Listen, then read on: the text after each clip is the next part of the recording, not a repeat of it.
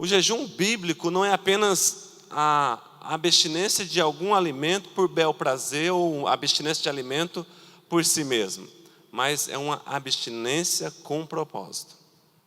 Por exemplo, nessa campanha de 40 dias, nós temos propósitos como igreja, que é a questão da evangelização, a questão do avivamento, a questão da santidade. Mas eu sei também que os membros da igreja que estão jejuando, que pegaram lá o devocional de jejum, eles têm os seus propósitos específicos para a sua família e assim por diante. O Esdras aqui, ele diz o seguinte: eu apregoei um jejum perante nosso Deus para nos humilharmos diante do Senhor, para pedir uma jornada feliz para nós, para nossos filhos e para tudo o que é nosso. Já imaginou que situação maravilhosa você se humilhar diante de Deus e pedir para Deus: me dá um bom caminho na caminhada da vida. Mas não apenas um bom caminho para mim, um bom caminho para os meus filhos, um bom caminho para a minha família, um bom caminho para tudo aquilo que é nosso. Jejum. Jejum, irmãos e irmãs, significa que você chegou a um momento de desespero espiritual. Nós estamos hoje na tarde da esperança. A nossa campanha é esperança. A nossa campanha é jejuar e orar e buscar o Senhor. Jejum, então, é quando você já tentou todos os outros meios e não obteve respostas. Aí, no momento de desespero, você entra em jejum. Ou seja, o jejum deve ser praticado, então, além de situações normais da vida, mesmo quando não há mais esperança. Significa que quando você jejua, você está determinado na fé em Deus a colocar Deus em primeiro lugar a qualquer custo. Porque jejum é buscar o Senhor. Existem alguns momentos na vida que você tem que virar as costas para tudo aquilo que é do mundo, até mesmo aquilo que é bom, que é positivo. Virar as costas até mesmo para a nossa alimentação, com um propósito exclusivo de buscar a face do Deus Todo-Poderoso. Jejuar significa que eu estou determinado no meu coração, determinado na minha alma, determinado com todo o meu ser a buscar Deus acima de tudo e de todos, e a obter respostas para as minhas orações e para o meu clamor. Geralmente nós entendemos o jejum como abster-se de alimento. Mas esse mesmo espírito de desespero tem que nos levar também a nos abster de outras coisas, de abrir mão de algo para o fim de crescimento espiritual muito e abrir mão, aplicar-se a qualquer coisa que eu e você quer muito e abrir mão. Porque nós gostamos de muitas coisas na vida, coisas prazerosas, coisas que nos dão satisfação, dentre as quais a comida é uma delas. Comer é bom, né, gente? É lógico que é bom. Aí Deus diz assim: eu quero que você abra mão de algo que te traz certa satisfação, te traz prazer, em busca de uma consagração maior e melhor. Então jejuar significa que eu desejo Deus mais do que eu desejo me alimentar, mais do que eu desejo dormir, mais do que eu desejo ter comunhão com qualquer outra pessoa, mais do que correr atrás de bens ou mais do que correr atrás de coisas. Jejuar é a atitude suprema de todo e qualquer cristão. Como é que eu posso dizer que Deus está em primeiro lugar na minha vida? Como é que eu sei e provo que realmente o Senhor é tudo para mim? Quando eu abro mão por algum período da minha vida de determinados prazeres para me consagrar na oração e no jejum. Quando eu coloco essa obrigação de jejuar em primeiro lugar. Quando eu abro mão dos prazeres da carne, porque jejuar é sacrificar a carne. É sacrificar a carne. Ontem eu conversava com uma pessoa aqui na igreja, no atendimento, e ela está passando por um processo de oração, de jejum, buscando mais a face de Deus. E ela disse o seguinte: pastor, é impressionante como a minha vida espiritual mudou. E eu disse a ela, mas o que você percebe? Eu encaro diferente os meus problemas.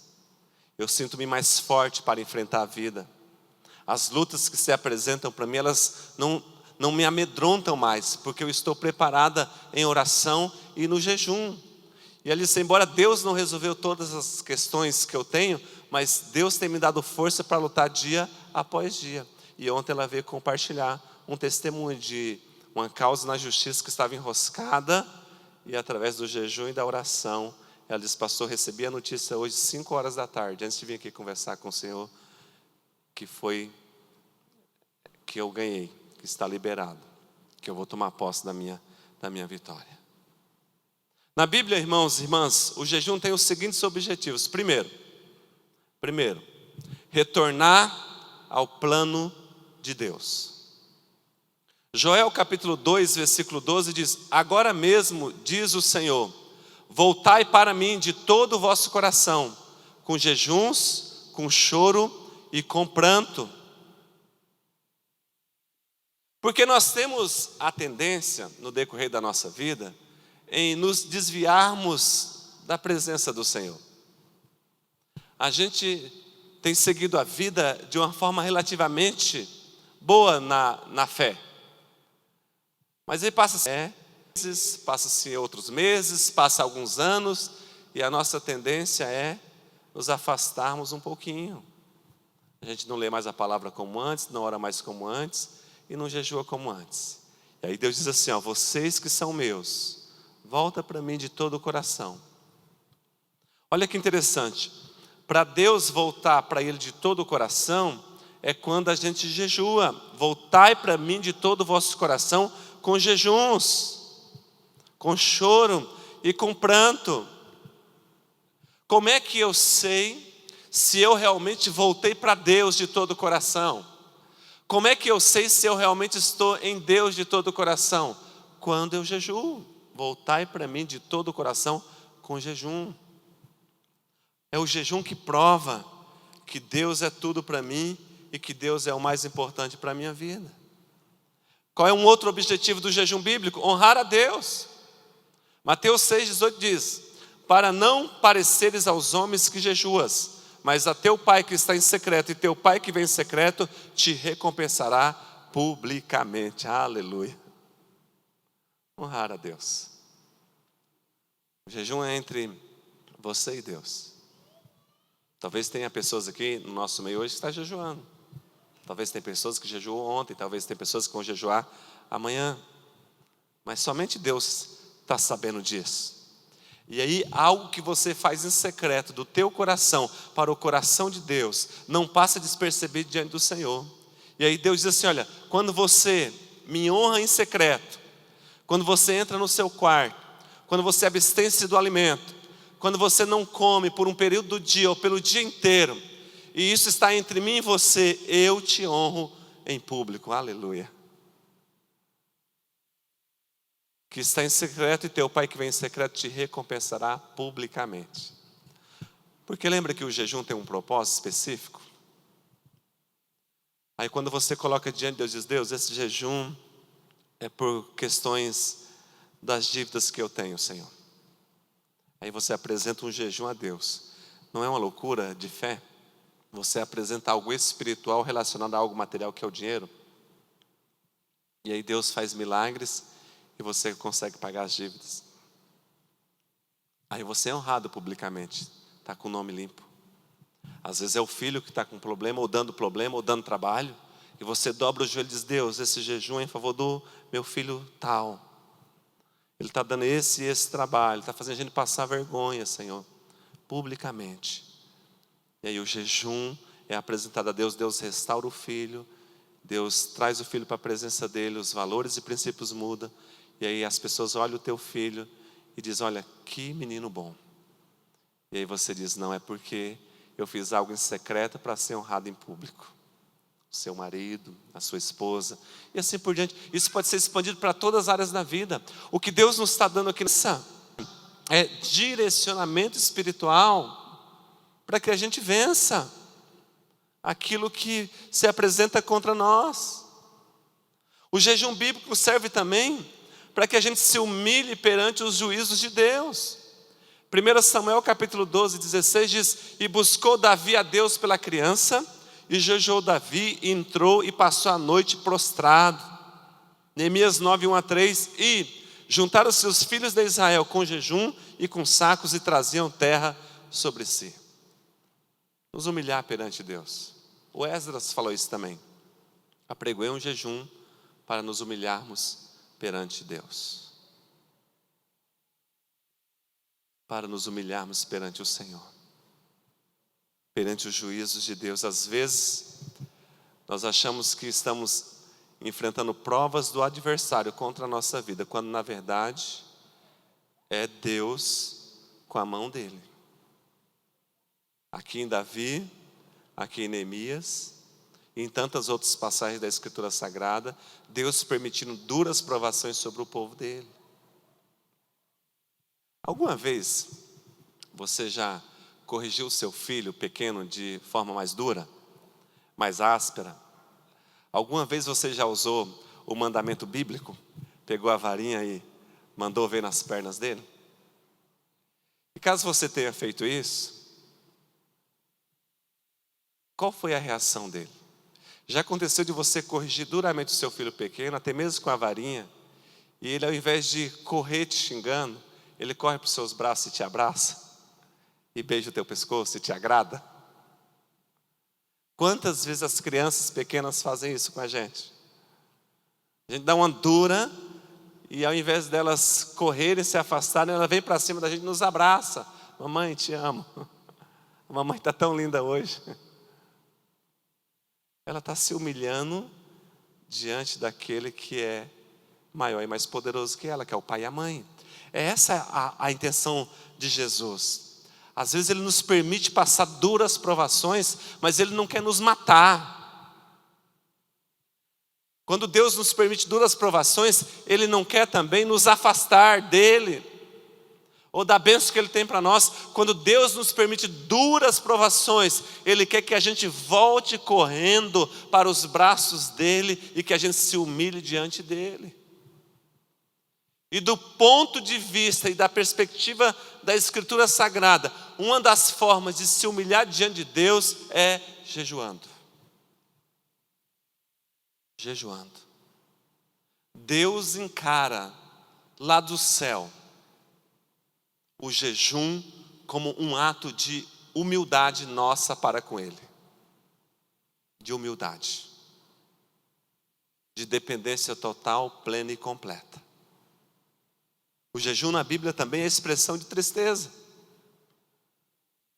Para um jejum, Jonas 3, 5 a 7, os homens de Nínive creram em Deus e proclamaram um jejum.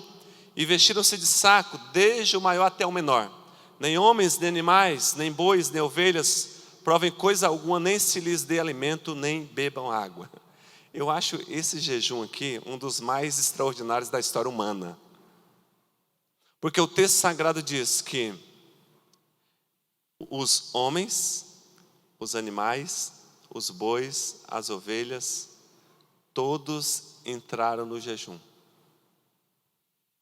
Você imagina essa loucura? Você ter aquele cachorrinho bonitinho lá na sua casa? Aí você entra no jejum de 40 dias da igreja. Aí você chega lá no cachorrinho e diz assim: olha, Bidu, Totó, esse mês nós vamos economizar ração, porque você vai entrar num jejum com a gente aí. O que o coitadinho tem a ver com a sua fé e com o seu jejum, pelo amor de Deus? Nem para o céu ele vai. Mas olha o que o texto diz: todos entraram em jejum, até o rei, os seus súditos, a população inteira. Imagina, gente, 120 mil pessoas jejuando ao mesmo tempo, na mesma cidade, no mesmo lugar. O impacto extraordinário que não foi em Nínive, uma conversão de uma cidade inteira.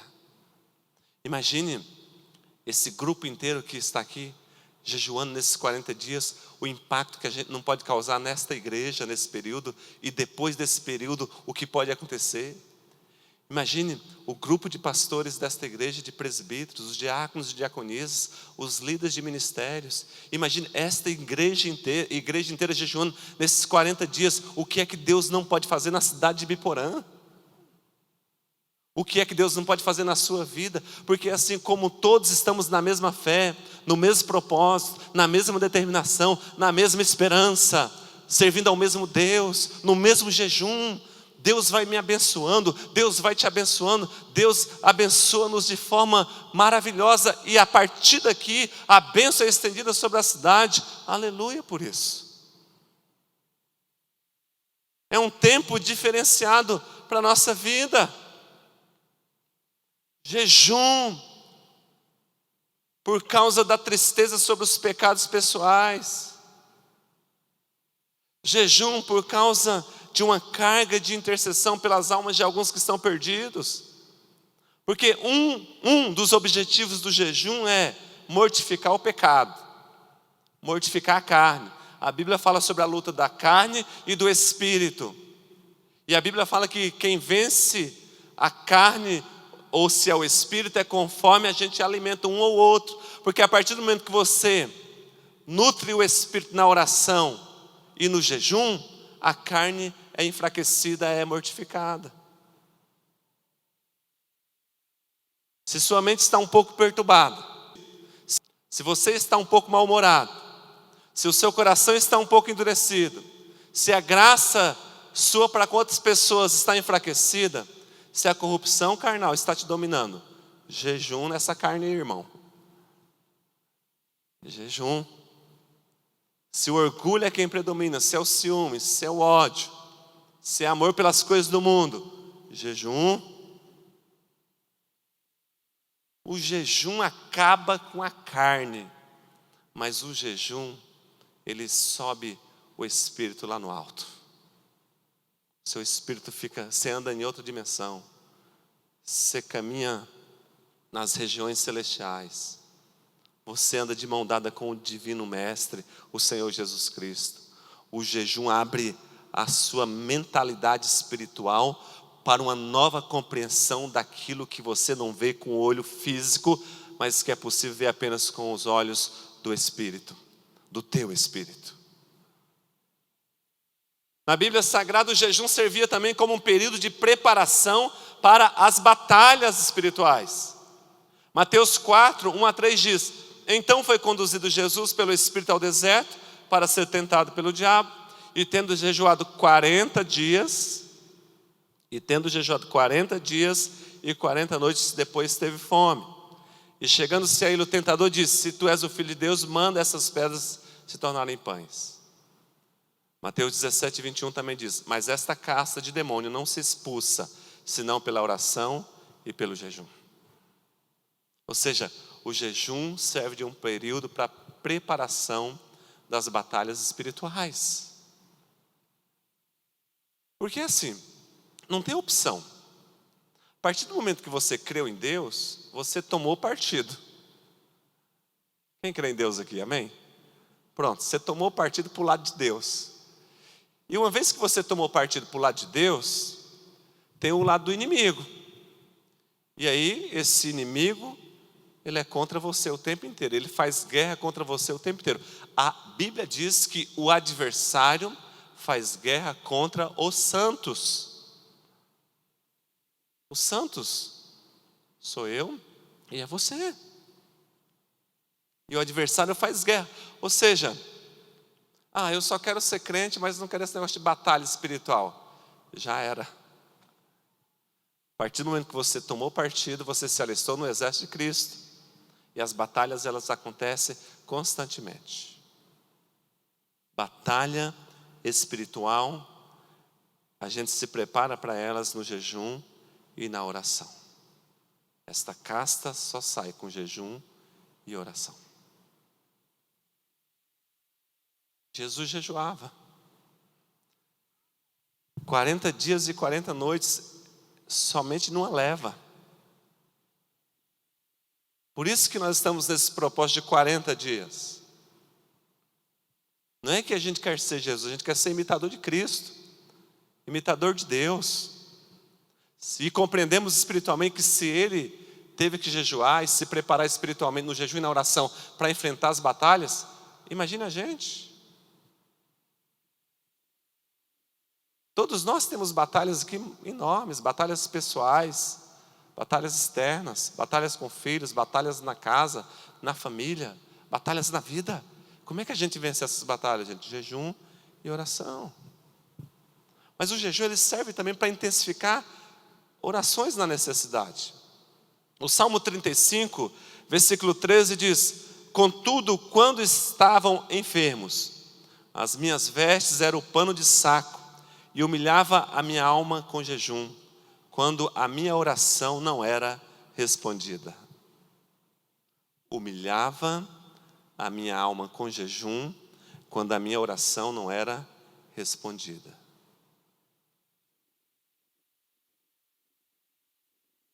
Quantas orações a gente já fez e não foi respondido? E a gente continua a fazê-la e elas não são respondidas. E a gente repete ela outra vez e a gente não é respondido. O que eu preciso fazer, pastor? Acrescenta algo nessa oração. Acrescenta o jejum. Dá um plus a essa oração. Acrescenta o jejum. O período do jejum pode ser indeterminado. Pode ser mais curto ou mais longo. Pode ser total, quando você se abstém de qualquer tipo de alimento. Por exemplo, você pode optar da meia-noite ao meio-dia, sem comer e sem beber nada. Ah, pastor, mas eu gosto tanto do café da manhã, então é esse que Jesus quer. É esse. Ô irmão, não vai querer jejuar também das 8 da manhã ao meio-dia, né? Sabe, levanta de manhã, toma aquele café, sabe, as frutinhas ali, os pães, bolos, faz aquele banquetinho ali. Você sabe, né, Deus? Vou entrar em jejum daqui a pouco, então tem que aproveitar aqui. Aí come ali, toma o café da manhã, 8 horas, sabe, Ruth? Aí meio-dia, ô Senhor, que fome. A ti consagro o meu jejum, Pai, em nome de Jesus, amém. Não. Se tomou café 8 horas, vai até umas 4 da tarde. Até umas 3, até umas 5, até umas 6, até as 8. É muito pessoal, cada um sabe o seu corpo. Cada um sabe qual é a sua restrição, até mesmo médica. Mas o desafio é, encontre uma forma de jejuar. Ah, pastor, eu não consigo ficar sem comer por um tempo assim. Então, faz um jejum parcial. Tira, por exemplo, algo que você goste muito, refrigerante. Tira o refrigerante por 40 dias, por 30 dias desses 40, por 15 dias. Tira o refrigerante. E saiba de uma coisa, o dia que você decidir, por exemplo, tirar a Coca-Cola de forma em jejum, a Coca-Cola vai descobrir o seu endereço e vai mandar refrigerante lá de graça para te tentar. Não rejeita não, guarda para quando entregar o jejum. Porque as tentações vão vir. Você vai estar numa festinha, está ali conversando com um, conversando com outro, aí na hora você lembra, parece algo do Espírito Santo. Você esquece, tomou, na hora lembra. Tira doce, chocolate, por um período, algo que você goste muito. Mas faça isso para o seu bem. O jejum, gente, não é para o bem de Deus. Deus já está muito bem sem o meu jejum e sem o seu. Mas o jejum é para o seu bem. Não vale a pena lutar por você? O jejum é para o teu casamento. Não vale a pena lutar pelo teu casamento? O jejum é pelos teus filhos. Não vale a pena lutar pelos teus filhos? É pelo teu marido, é pela tua esposa, é pelos teus pais. Não vale a pena lutar por essas pessoas queridas que Deus colocou no teu caminho? Coloque-se na brecha por elas, porque a fé não é de todos, mas já que você tem fé, pratique essa fé. Vir à igreja, gente, vir à igreja é somente uma das facetas da vida cristã. Na verdade, nós temos 2 objetivos ao vir à igreja. Primeiro, é adorar e glorificar o nome de Deus, junto com a comunidade de fé. Segundo, é ser ensinado pela palavra como é que a gente vence depois que a gente sai dessas portas. Não é aqui que a gente resolve as coisas. Aqui a gente passa 2 horas por semana, 4 horas por semana, no máximo. O demais tempo da nossa semana é lá fora. É em família, é no trabalho, é onde a guerra acontece. Aqui é refrigério. Aqui é bálsamo. Aqui é revigorização de Deus para a nossa vida. Aqui é tudo de bom. A igreja é tudo de bom. Porque a gente acha que pelo fato de vir à igreja, cantar uns 4 louvores, fazer uma prece, ouvir uma palavra, está resolvido. Não, a gente resolve lá fora na batalha. É na oração, é no jejum, é na busca, é na intensidade. É abrir mão de algo em favor de algo maior. Jejuar é um recurso espiritual extraordinário. Jejuar tem que ser um ato que parte do nosso íntimo, como um reconhecimento da glória do Pai e também do prazer em humilhar-se em sua presença. Meu irmão, minha irmã, se você deseja poder de Deus, o jejum não pode ser esquecido na sua vida. Porque quem jejua demonstra ter um apetite por Deus na alma. Quem jejua demonstra ter fome de Deus. Na verdade, o jejum, ele mostra a força de quem nos controla. Quem nos controla. Ah, pastor, eu não consigo ficar sem o cafezinho. É isso que Deus quer. Eu sei que cafezinho é bom. Se eu ficar sem café, dá dor de cabeça. Se eu ficar sem café, eu fico irritado. Gente, é só um café. Um café não pode ser maior que Deus. Fica um dia sem o café. Depois 2. Depois 3. Quando você vê, tem pessoas que começaram campanha de jejum e oração de tirar refrigerante, 30 dias. Estão há 5 anos sem tomar refrigerante. Só que agora não vale mais como jejum. Já acostumou. Tem que tirar outra coisa. Vocês estão percebendo as ferramentas espirituais que Deus está falando conosco nessa tarde? O propósito do jejum não é simplesmente obter o favor de Deus ou mudar a vontade de Deus, ou tampouco impressionar Deus, ou impressionar outras pessoas, ou proclamar a outras pessoas que nós somos espirituais. Ó, você vê como eu sou espiritual? Alguém não disse isso para Deus lá no Novo Testamento? Olha, eu não sou como aquele, eu jejuo 2 vezes por semana. Não é isso. O propósito do jejum não é impressionar ninguém. Jejum significa amar a Deus. O jejum cristão nasce da saudade de Deus. Quem tem saudade de Deus tem vontade de estar na presença dele. Porque quando eu jejuo, eu faço uma confissão. E a confissão é essa: o alimento é bom, mas Deus é melhor. A Bíblia diz: nem só de pão viverá o homem. Nem só de pão vive o homem. O que Jesus estava dizendo aí é o seguinte: tem momento que você tem que abrir mão do pão.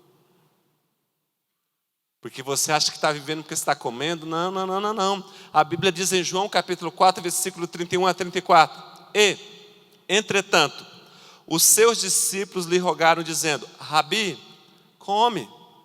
Porém ele lhe disse: uma comida tenho para comer que vocês não conhecem. Então os discípulos diziam uns aos outros: trouxe-lhe porventura alguém de comer? Jesus disse-lhes: a minha comida é fazer a vontade daquele que me enviou e realizar a sua obra. Imagine Jesus com os discípulos e de repente os discípulos oferecem comida para Jesus. Jesus diz: não, eu tenho uma outra comida para comer. Eu tenho um outro corpo a alimentar. E Jesus está querendo alimentar o corpo espiritual e não o corpo físico. Jesus está num ambiente onde há alimentação de sobra. Mas ele diz: não, A minha vontade é cumprir o propósito de Deus, e o propósito de Deus para a minha vida agora é me abster do alimento e consagrar minha vida ao Senhor. Jesus, em outra ocasião, jejuando. Jejum é você se saciar não com o pão da terra, mas com o pão do céu. Jejum é Deus mesmo ser o seu alimento. Isso significa que a comunhão com Deus deve ser a nossa mais urgente e apetitosa refeição.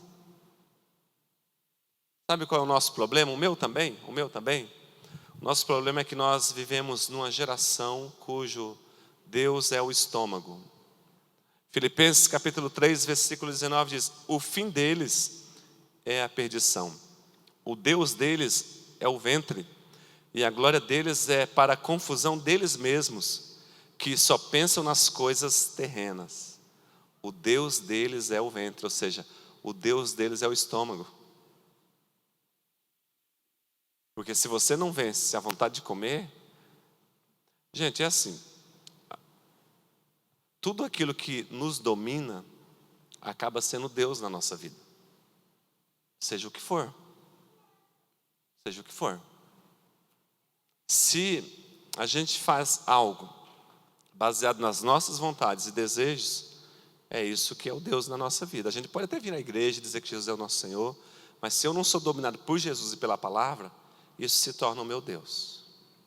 O Deus deles é o ventre, e não o Senhor. Quem jejua tem mais pressa em deleitar-se na presença de Deus do que em alimentar-se.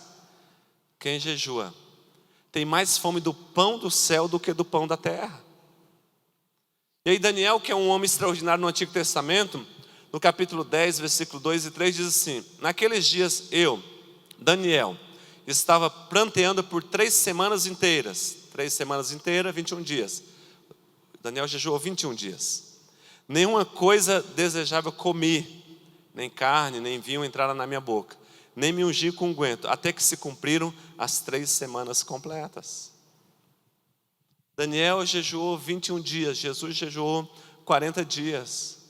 Não é possível que a gente não consiga jejuar pelo menos nesse período de campanha, uma vez por semana. Pelo menos uma vez. E esperar resultados maravilhosos de Deus sobre a nossa vida. A proposta de Deus para nós nessa tarde é que o jejum confere uma força adicional à nossa oração. Porque oração sozinha pode ser algo muito superficial. Já o jejum é uma evidência da nossa sincera intensidade e do nosso fervor espiritual. Irmãos, para orar tem que ter fé, não tem? A Bíblia diz isso, que para orar tem que ter fé.